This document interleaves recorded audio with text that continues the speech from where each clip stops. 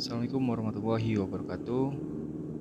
Alhamdulillah pada hari Selasa hari ini tanggal 17 Mei 2022 saya bersama keluarga berkesempatan mengunjungi Kabupaten Siak Sri Indrapura. Jadi pada hari ini, tepatnya di sore hari, saya akan membawa teman-teman semua melihat suasana kota Siak yang ada di sekitar Istana Sultan Siak yang ke-12. Jadi sedikit sejarah singkat teman-teman tentang Kerajaan Siak Sri Indrapura.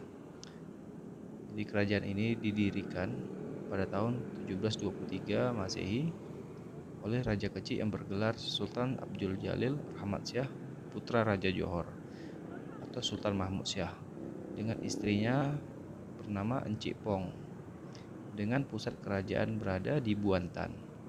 Konon nama Siak berasal dari nama sejenis tumbuh-tumbuhan yaitu siak-siak yang banyak terdapat di situ.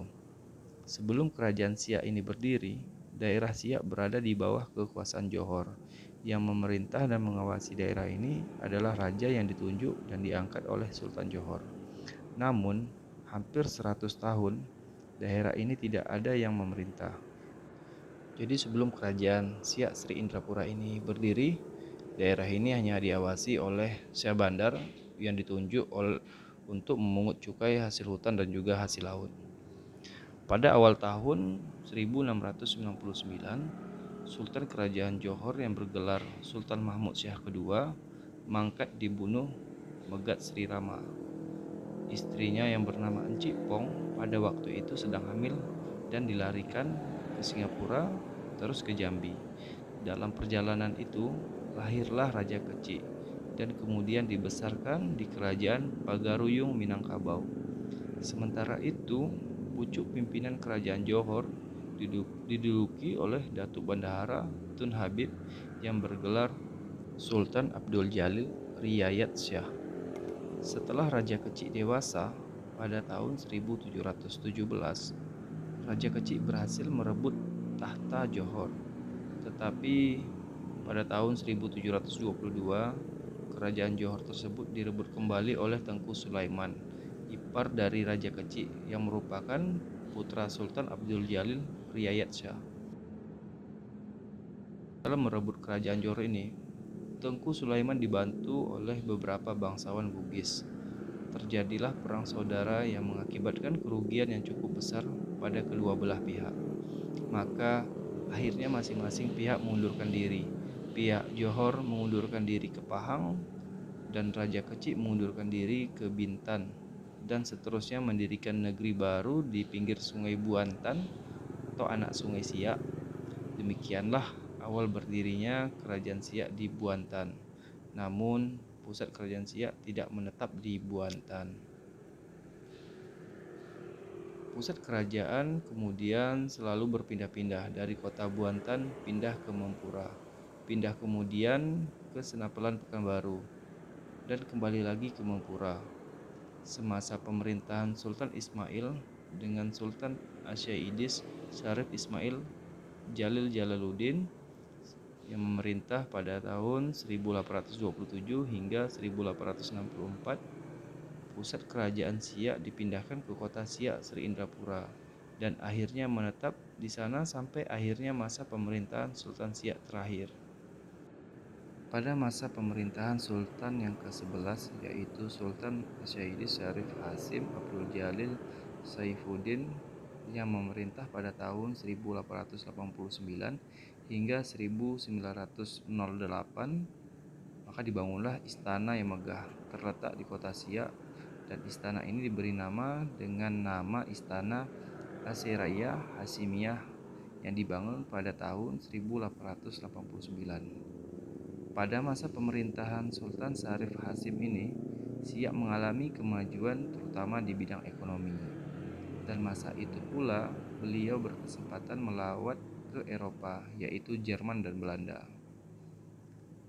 Setelah wafat, beliau digantikan oleh putranya yang masih kecil dan sedang bersekolah di Batavia, yaitu Tengku Sulung Syarif Kasim, dan baru pada tahun 1915 beliau ditabalkan sebagai Sultan Siak yang ke-12 dengan gelar Asyaidis Syarif Qasim Abdul Jalil Saifuddin, dan terakhir terkenal dengan nama Sultan Syarif Qasim Tsani atau Sultan Syarif Qasim kedua. Bersamaan dengan diproklamirkannya kemerdekaan Republik Indonesia, beliau pun mengibarkan bendera merah putih di Istana Siak, dan tak lama kemudian beliau berangkat ke Jawa menemui Bung Karno dan menyatakan bergabung dengan Republik Indonesia sambil menyerahkan mahkota kerajaan serta uang sebesar 10.000 gulden. Dan sejak saat itu beliau meninggalkan Siak dan bermukim di Jakarta. Baru pada tahun 1960 beliau kembali ke Siak dan mangkat di Rumbai pada tahun 1968 dan dimakamkan di kota Siak berdekatan dengan istana beliau. Beliau tidak meninggalkan keturunan baik dari permaisuri pertama Tengku Agung maupun permaisuri kedua Tengku Maharatu. Pada tahun 1997, Sultan Syarif Qasim II mendapat gelar kehormatan kepahlawanan sebagai seorang pahlawan nasional Republik Indonesia. Makam Sultan Syarif Qasim II terletak di tengah kota Siak Sri Indapura, tepatnya di samping Masjid Sultan, yaitu Masjid Sahabuddin, tidak jauh dari istana beliau. Di awal pemerintahan Republik Indonesia, Kabupaten Siak ini merupakan wilayah Kewedanan Siak di bawah Kabupaten Bengkalis, yang kemudian berubah status menjadi Kecamatan Siak. Barulah pada tahun 1999 berubah menjadi Kabupaten Siak dengan ibu kotanya Siak Sri Indapura berdasarkan Undang-Undang Nomor 53 Tahun 1999. Jadi sekian teman-teman semua sejarah singkat dari berdirinya Kabupaten Siak Sri Indapura.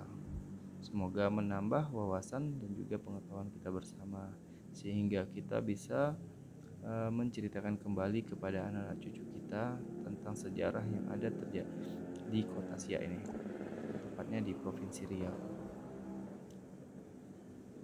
Jadi sekian teman-teman tentang penjelasan sejarah berdirinya Kabupaten Siak. Itu mari kita lihat bersama-sama. Jadi seperti inilah dia kondisi Kabupaten Siak Sri Indapura di daerah kotanya. Pemukiman warga juga sudah sangat padat di sini dan juga lingkungannya sangat indah dan bersih dan juga tidak kotor, tidak begitu berpolusi karena di sini tidak ada kendaraan besar seperti truk-truk atau kontainer. Jadi di sini kendaraannya dibatasi yang melewati. Nah, jika teman-teman ada waktu, boleh berkunjung ke Kabupaten Siak Sri Indapura. Jadi sekian dulu teman-teman semua. Sampai jumpa di video berikutnya. Insyaallah semoga kita ketemu kembali. Jangan lupa like, komen, dan subscribe channel kami supaya kami tetap semangat mengeksplor wilayah-wilayah yang ada di Provinsi Riau terutama, sehingga dapat dikenal oleh masyarakat yang ada di sekitar Provinsi Riau maupun luar Provinsi Riau. Bahwasanya Provinsi Riau memiliki potensi wisata yang indah yang perlu kita kunjungi. Jadi sekian dulu teman-teman. Saya undur diri, mohon maaf jika ada kesalahan. Saya akhiri, wabillahi taufiq wal hidayah. Wassalamualaikum warahmatullahi wabarakatuh.